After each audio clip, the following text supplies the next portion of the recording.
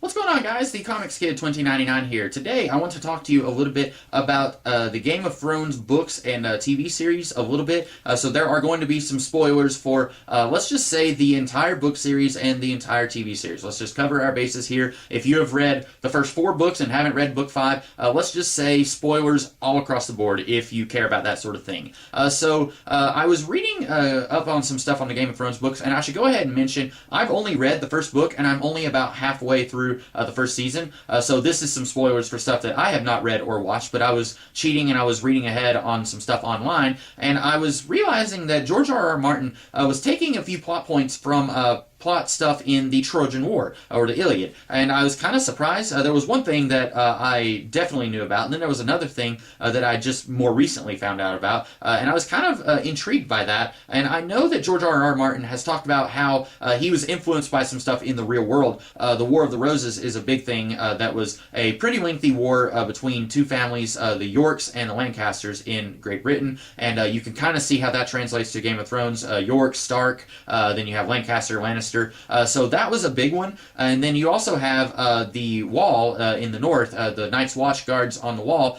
George R. R. Martin said that he looked at Hadrian's Wall and he kind of expanded on it and made it seem much more grand and much more mystical in his books. But he talked about how he wondered what these guards on Hadrian's Wall back in the Dark Ages, what they thought was on the other side of this wall. And he kind of took that and ran with it with the White Walkers, or the Others as they're called in the books. And so there are things in the real world that George R. R. Martin has pretty liberally borrowed for his books, and he's not shy about admitting that. And that's fine. Borrowing from history is the only kind of plagiarism that is okay. But then you also have the Trojan War, which historians are 99% sure did not actually happen, or if there was a war in that part of the world, somewhere in Turkey, it probably did not involve a giant wooden horse being wheeled into the city. But in the story of the Trojan War, and let's just go ahead and say spoilers for the Iliad or the movie Troy, which is probably how you're familiar with the plot of the Trojan War. In that story, we begin with Paris, who is a Trojan prince. He absconds with Helen, who is a queen of Sparta, and then this kind of kicks off the war because Helen is married to Menelaus, and he has this alliance with all these other kings all across Greece that if anything happens to Helen, they all have to band together and go to war. And Odysseus, for example, he did not want to go to war because he had just had a baby, but that's neither here nor there. So anyway, in the movie Troy and in some versions of the Trojan War, Paris did not kidnap Helen as Menelaus said, but she actually voluntarily went with him because she was in love with him. But then in some versions of the story, it's said that Paris straight up kidnaps Helen and rapes her, and then everyone else is going to rightly save her and bring her back and then kill the guy who kidnapped her. Personally, I like the idea that Paris and Helen went together, that he did not kidnap her, that she wanted to go with him. It makes the whole thing seem a little less unsavory, but that kind of translates to something that happens in Game of Thrones. And again, huge spoilers for stuff that actually hasn't officially been confirmed in the books, but it has been confirmed in the TV show, so we're going to assume that it will be confirmed whenever the 6th book, if the 6th book ever comes out. But you had characters before the events of the first book, Rhaegar Targaryen, who was a prince of Westeros, and then you had Lyanna Stark, who was engaged to be married to Robert Baratheon, and he was just a lord. And then Lyanna gets kidnapped by Rhaegar, and then they go off somewhere, and then Robert Baratheon, he starts a rebellion. All the Targaryens are killed except for Daenerys and Viserys. They escape. Daenerys is just a baby. She doesn't even remember anything about Westeros. And then Robert Baratheon eventually becomes king when Rhaegar is killed, and then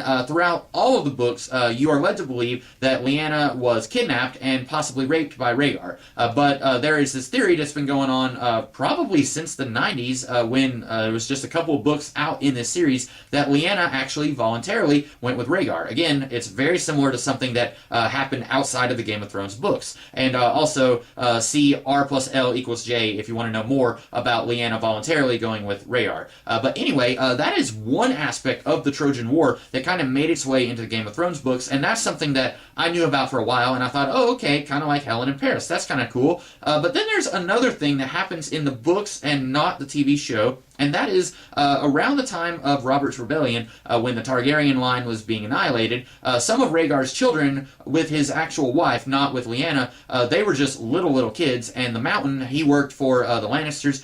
He kills these kids, and we're talking like actual babies. He like throws them against a wall or something. It's really brutal, and he does this in order to ensure that 20 years from now we're not going to have Targaryens coming back and saying, "Hey, that throne belongs to me," which is kind of what happens with Daenerys. But this is something that kind of sort of has its roots in the Trojan War also. Again, spoilers, but in the books there is this plot thread that does not make its way into the show, where one of the babies was actually swapped by someone else before the Mountain killed the babies and was raised in secret somewhere else. So you had Viserys and Daenerys, they're off in another country on the other side of the ocean, and everyone knows that they're still alive. And then you have another baby, Aegon. Nobody knows that he's still alive, and that the Mountain actually killed someone who was not Aegon Targaryen. And that is kind of sort of similar to something that happens in some versions of the Trojan War. You had Hector's son, Astyanax. I don't know if I'm pronouncing that correctly or not.